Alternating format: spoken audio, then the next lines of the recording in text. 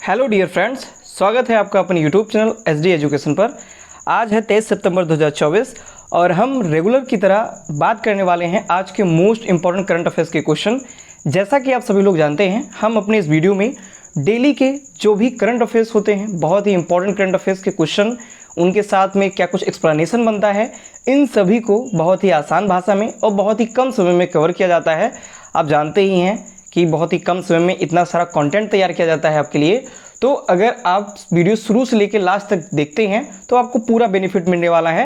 और अगर आप किसी भी कॉम्पिटिटिव एग्जाम की तैयारी कर रहे हैं तो उसके लिए आप हमारे चैनल को सब्सक्राइब करें, क्योंकि यहाँ पर डेली करंट अफेयर्स क्वेश्चन आपको प्रोवाइड की जाती है। और आज के क्वेश्चन की अगर हम बात करें तो आज की जो वीडियो है बहुत ही ज़्यादा इंपॉर्टेंट होने वाली है। सारे के सारे करंट अफेयर्स के जो क्वेश्चन हैं बहुत ही इंपॉर्टेंट हैं। इसके साथ साथ आज जीके के भी क्वेश्चन यहाँ पर बने हुए हैं, कुछ जीके के भी पॉइंट्स बन करके आए हुए हैं, वो भी बहुत ही ज़्यादा इंपॉर्टेंट जीके के पॉइंट हैं। तो चलिए शुरू करते हैं अपने पहले क्वेश्चन के साथ। आज का हमारा सबसे पहला प्रश्न है, हाल ही में विश्व गैंडा दिवस कब मनाया गया?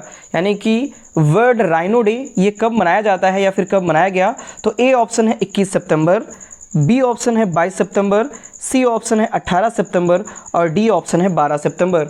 तो इस प्रश्न का सही जवाब है ऑप्शन नंबर बी, यानी कि प्रत्येक वर्ष 22 सितंबर को विश्व गैंडा दिवस या फिर कह सकते हैं वर्ल्ड राइनो डे मनाया जाता है। अगर यहाँ पे हम बात करें तो वर्ल्ड राइनो डे जैसा कि आप सभी लोग जानते हैं, विश्व गैंडा दिवस, गैंडा जो कि आप सभी लोग परिचित हैं, इससे पशु है एक, और हर साल दुनिया भर में 22 सितंबर को विश्व गैंडा दिवस या फिर वर्ल्ड राइनो डे मनाया जाता है।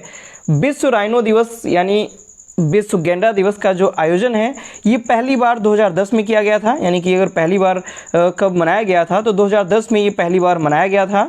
विश्व राइनो दिवस के माध्यम से दुनिया भर में लोगों को गैंडों के बचाव के लिए एक साथ आने के लिए प्रोत्साहित किया जाता है।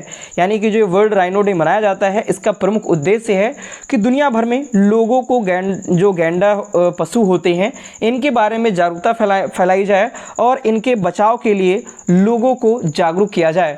बढ़ते हैं अपने नेक्स्ट क्वेश्चन की तरफ। हमारा अगला क्वेश्चन है, अगला प्रश्न है हमारा, प्रधानमंत्री श्री नरेंद्र मोदी जी ने कहाँ चौथे वैश्विक अक्षय ऊर्जा निवेश सम्मेलन और एक्सपो, जिसे री इन्वेस्ट के नाम से जाना गया, इसका उद्घाटन किया है? यानी कि प्रधानमंत्री श्री नरेंद्र मोदी जी ने कहाँ पर चौथे वैश्विक अक्षय ऊर्जा निवेशक सम्मेलन और एक्सपो का उद्घाटन किया? तो ए ऑप्शन है गांधीनगर, बी ऑप्शन है अहमदाबाद, सी ऑप्शन है भुज और डी ऑप्शन है राजकोट।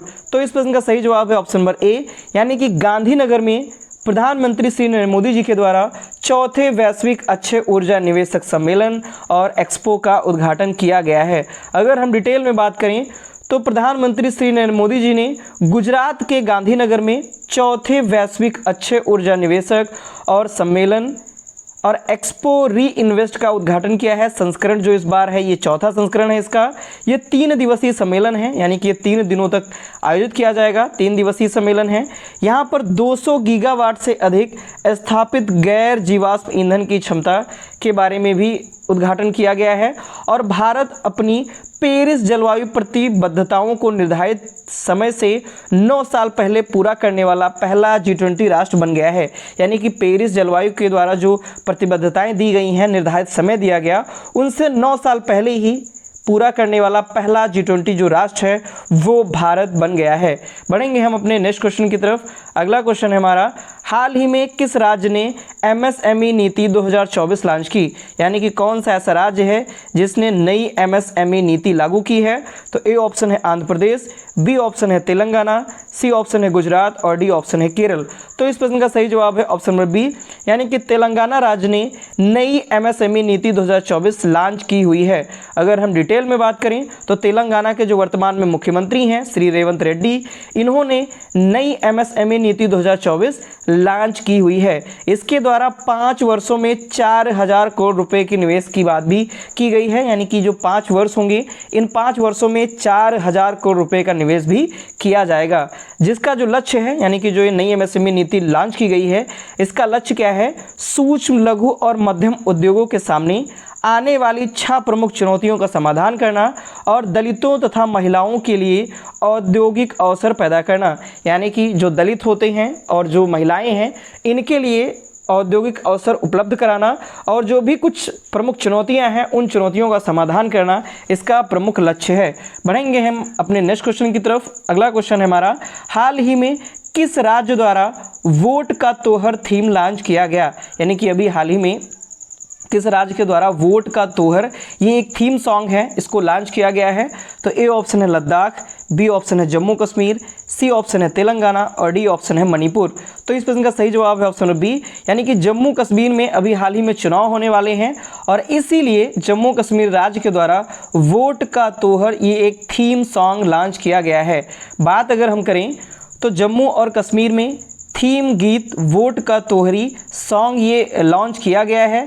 मुख्य निर्वाचन अधिकारी जो हैं पांडुरंग केपोल, इनके द्वारा ही ये जो लॉन्च किया गया है, यानी कि ये जो थीम सॉन्ग है ये किसके द्वारा लॉन्च किया गया? तो जो मुख्य निर्वाचन अधिकारी हैं पांडुरंग केपोल, इनके द्वारा वोट का तोहरी ये थीम सॉन्ग लॉन्च किया गया है। यह गीत जम्मू कश्मीर के 7 जिलों में युवाओं और योग्य मतदाताओं को प्रेरित करने वाले मतदान और लक्ष्यों के महत्व पर जोर देता है। बात करें अब यहाँ पर जम्मू कश्मीर, तो यहाँ पर 7 जिले हैं। एक जीके का क्वेश्चन यहाँ से भी बन सकता है। तो जम्मू कश्मीर में जितने भी 7 जिले हैं उनमें युवाओं और योग्य मतदाताओं को प्रेरित करने वाले मतदान और लक्ष्य के महत्व पर यह जो गीत है यह जोर देता है।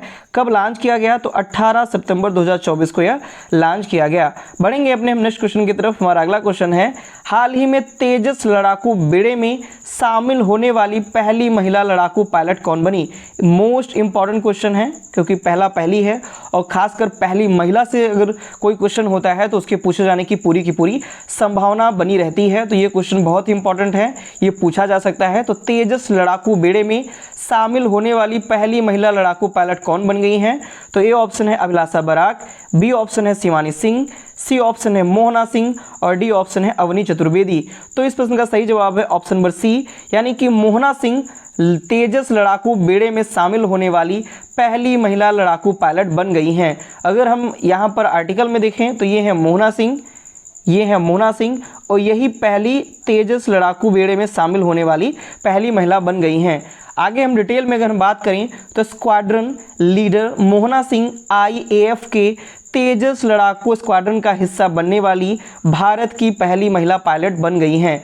मोहना सिंह जून 2016 में भारतीय वायुसेना में शामिल होने वाली पहली 3 महिला लड़ाकू पायलटों में से एक थी। यानी 2016 में जो 3 महिला लड़ाकू पायलटों को शामिल किया गया था भारतीय वायुसेना में, उनमें से मोहना सिंह भी थी और अब जाकर के ये पहली महिला तेजस लड़ाकू स्क्वाड्रन का हिस्सा बन गई हैं। मोहना को भी हाल ही में पाकिस्तान बॉर्डर से सटे गुजरात सेक्टर में नलिया हवाई अड्डे पर LCA स्क्वाड्रन में भी तैनात किया गया था। अगले क्वेश्चन की हम बात करते हैं तो हमारा अगला क्वेश्चन है, हाल ही में कहाँ चौथा नवीकरणीय ऊर्जा सम्मेलन आयोजित किया गया? तो ए ऑप्शन है अहमदाबाद, बी ऑप्शन है गांधीनगर, सी ऑप्शन है मुंबई और डी ऑप्शन है दिल्ली। तो इस प्रश्न का सही जवाब है ऑप्शन नंबर बी, यानी कि गांधीनगर में चौथा नवीकरणीय ऊर्जा सम्मेलन आयोजित किया गया। डिटेल में अगर हम बात करें तो गांधीनगर के महात्मा मंदिर में चौथा नवीकरणीय ऊर्जा सम्मेलन आयोजित किया गया। कब आयोजित किया गया? तो 16 से 18 सितंबर 2024 तक ये आयोजित किया गया है। समय भी पूछा जा सकता है, खासकर अब जो नए तरीके से करंट अफेयर्स के क्वेश्चन बनते हैं तो उनमें डायरेक्ट क्वेश्चन ना बन करके ये कब से कब तक लॉन्च किया गया, कब से किसने शुभारंभ किया, उद्घाटन किसने किया, ऐसे क्वेश्चन ज़्यादा बन रहे हैं। तो इन पर भी आप फोकस रखिए और एक्सप्लेनेशन पे तो बिल्कुल ही ध्यान दीजिए। एक्सप्लेनेशन से बहुत सारे क्वेश्चन बनने की संभावनाएं रहती हैं। तो ये कब ये सम्मेलन हुआ? तो 16 से 18 सितंबर 2024 तक ये सम्मेलन हुआ। इस सम्मेलन का जो शुभारंभ है वो प्रधानमंत्री नरेंद्र मोदी जी के द्वारा किया गया। इसका आयोजन केंद्रीय नवीन और नवीकरणीय ऊर्जा मंत्रालय के द्वारा भी किया गया है। ये भी इंपॉर्टेंट लाइन है। दुनिया भर के 140 देशों के 25,000 से ज़्यादा प्रतिनिधियों ने यहाँ पर हिस्सा लिया और आयोजन जो है ये किसके द्वारा किया गया? तो केंद्रीय नवीन और नवीकरणीय ऊर्जा मंत्रालय के द्वारा किया गया। बढ़ेंगे हम अपने नेक्स्ट क्वेश्चन की तरफ। हमारा अगला क्वेश्चन है, 2026 राष्ट्रमंडल खेलों की मेजबानी कौन सा देश करेगा?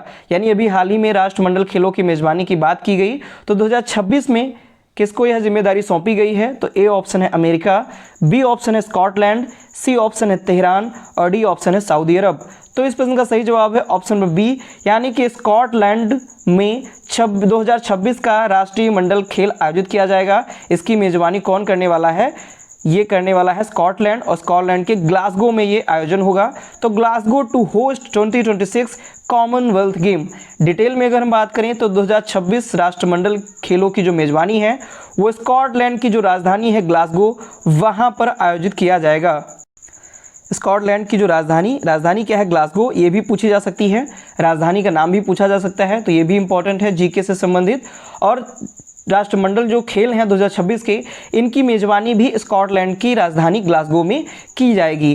ग्लासगो इससे पहले 2012 में राष्ट्रमंडल खेलों की सफलतापूर्वक मेज़बानी भी कर चुका है, यानी कि इससे पहले 2012 में राष्ट्रमंडल खेलों की जो मेज़बानी है वो ग्लासगो पहले भी कर चुका है। ये दूसरी बार है जब ग्लासगो राष्ट्रमंडल खेलों की मेज़बानी करने जा रहा है।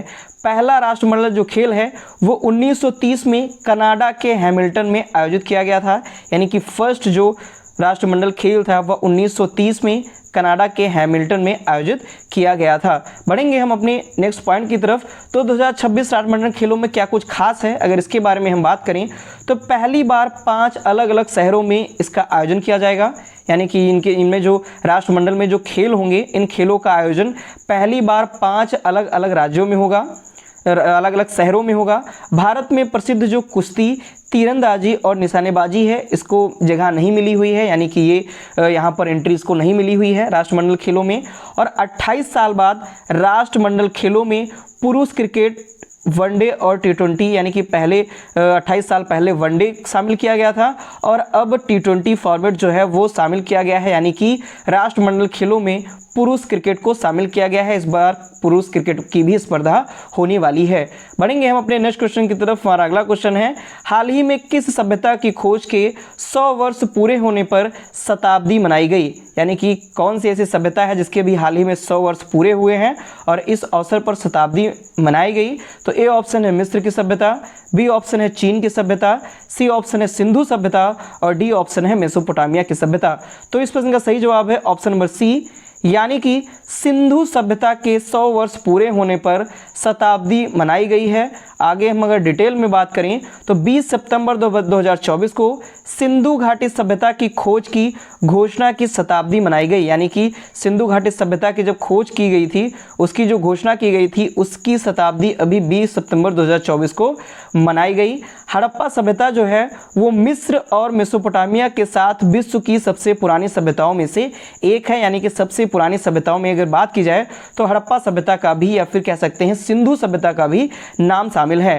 दयाराम साहनी ने सबसे पहले 1921-22 में हड़प्पा की खुदाई की और राखल दास बनर्जी ने 1922 में मोहनजोदड़ो की खुदाई की थी और इस प्रकार से सिंधु घाटी सभ्यता की खोज की गई थी। तो ये इंपॉर्टेंट है जीके से रिलेटेड, खासकर सिंधु घाटी सभ्यता से रिलेटेड जो क्वेश्चन है वो काफ़ी ज़्यादा एग्जाम्स में बने हुए हैं, तो यहाँ से भी पॉइंट्स जो हैं वो एग्जाम में बन सकते हैं। बढ़ेंगे अपने नेक्स्ट क्वेश्चन की तरफ। हमारा अगला क्वेश्चन है, हाल ही में किस देश की सीमा पर बाड़ लगाने के लिए केंद्र सरकार ने 31,000 करोड़ रुपए की मंजूरी दी है, यानी कि ऐसा कौन सा देश है जिस देश के साथ सीमा पर बाड़ लगाने के लिए केंद्र सरकार ने 31,000 करोड़ रुपए के जो रुपए हैं उसकी मंजूरी दी हुई है।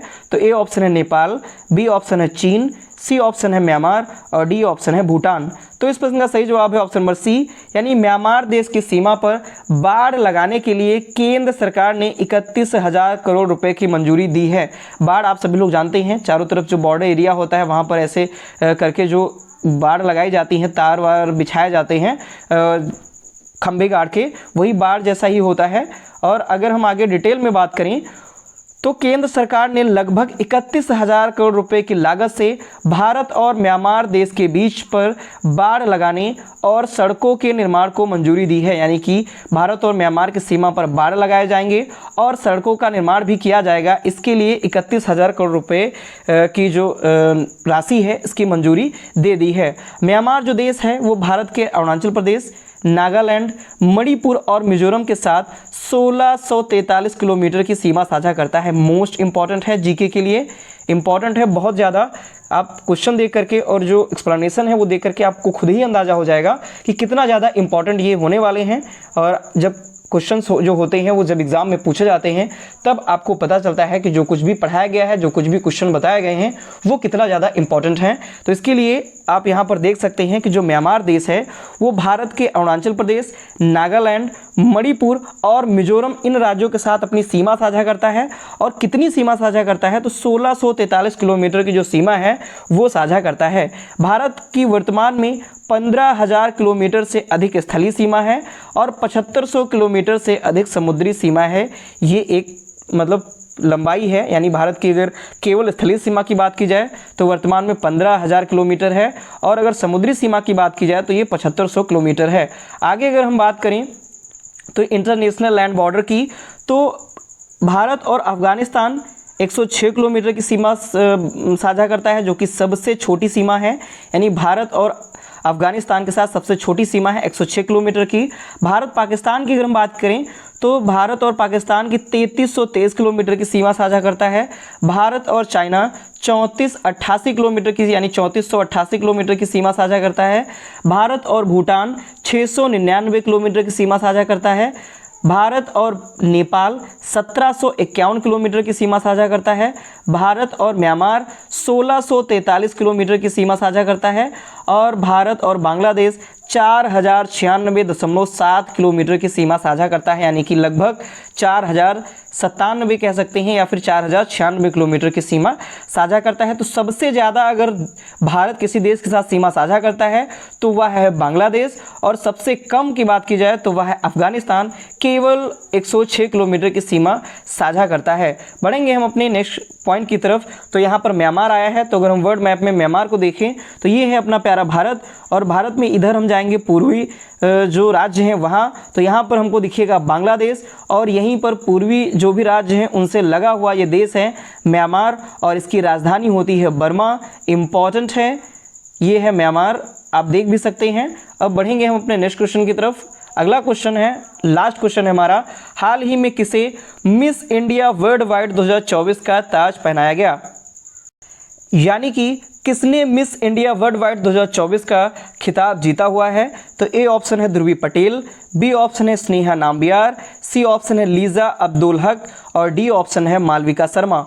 तो इस प्रश्न का सही जवाब है ऑप्शन नंबर ए, यानी कि जो ध्रुवी पटेल हैं इन्होंने मिस इंडिया वर्ल्ड वाइड 2024 का खिताब जीत लिया है। आप यहाँ पे आर्टिकल में भी देख सकते हैं, जो मिडिल में है यही है ध्रुवी पटेल, यही है ध्रुवी पटेल और इन्होंने ही यह खिताब जीता हुआ है।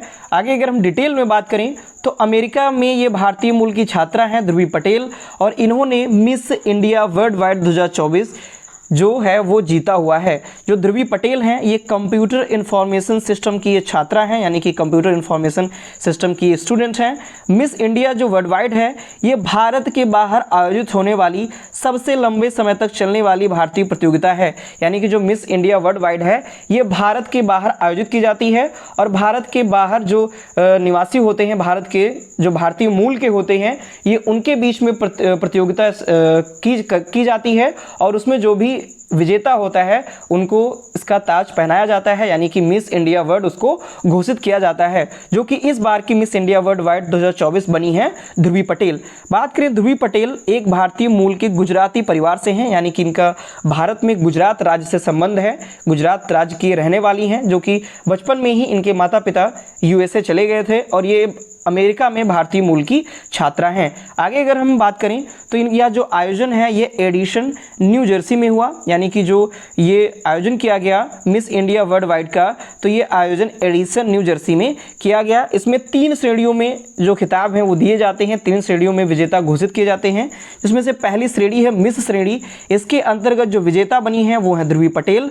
प्रथम उपविजेता बनी है लीजा अब्दुल हक जो कि सूरी नाम की हैं, भारतीय मूल की, और द्वितीय उपविजेता जो बनी है वो मालविका शर्मा है जो कि नीदरलैंड की हैं और भारतीय मूल की हैं। फिर जो सेकंड श्रेणी आती है इसकी श्रीमती श्रेणी। श्रीमती श्रेणी में जो मैरिज वुमेन होती हैं उनके बीच में ये प्रतियोगिता होती है, जिसमें से पहला खिताब सुआन मुटेट ने जीता जो कि त्रिनिदाद और टोबैगो की भारतीय मूल की हैं।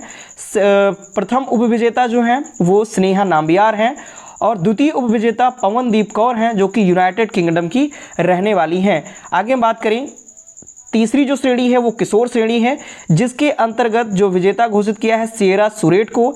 ये गुआडेलोप की रहने वाली हैं और भारतीय मूल की हैं। दूसरा यानी कि प्रथम उपविजेता जो बनी है वो श्रेया सिंह है, जो कि नीदरलैंड की हैं, भारतीय मूल की। और द्वितीय उपविजेता जो है वो श्रद्धा टेडजो हैं, जो कि सूरीनाम की हैं, भारतीय मूल की। तो इस प्रकार से ये इंपॉर्टेंट है काफ़ी ज़्यादा। किसी भी श्रेणी से अगर क्वेश्चन पूछा जाएगा तो आप आराम से यहाँ से क्वेश्चन को हल कर सकते हैं। तो ये थे आज के हमारे मोस्ट इंपॉर्टेंट करंट अफेयर्स के क्वेश्चन। कैसे आपको क्वेश्चन लगे, कैसे जो एक्सप्लेनेशन है वो आपको कैसा लगा, कमेंट बॉक्स में आप ज़रूर बताइए। अगर कोई सुझाव है, कुछ भी बदलाव की आप आशंका है या फिर कुछ भी बदलाव आप चाहते हैं वीडियो में, तो उसके लिए आप कमेंट करें। आपको बेहतर से बेहतर कंटेंट दिया जाएगा, उसी आप जैसा बोलेंगे उसी बदलाव के साथ में। तो इसके लिए आप जो भी सुझाव हो वो सुझाव आप कमेंट बॉक्स में ज़रूर करें। और अगर आपको वीडियो पसंद आती है तो वीडियो को लाइक करें, अपने दोस्तों के साथ वीडियो को अधिक से अधिक शेयर करें और हमारे चैनल को सब्सक्राइब भी करें। धन्यवाद।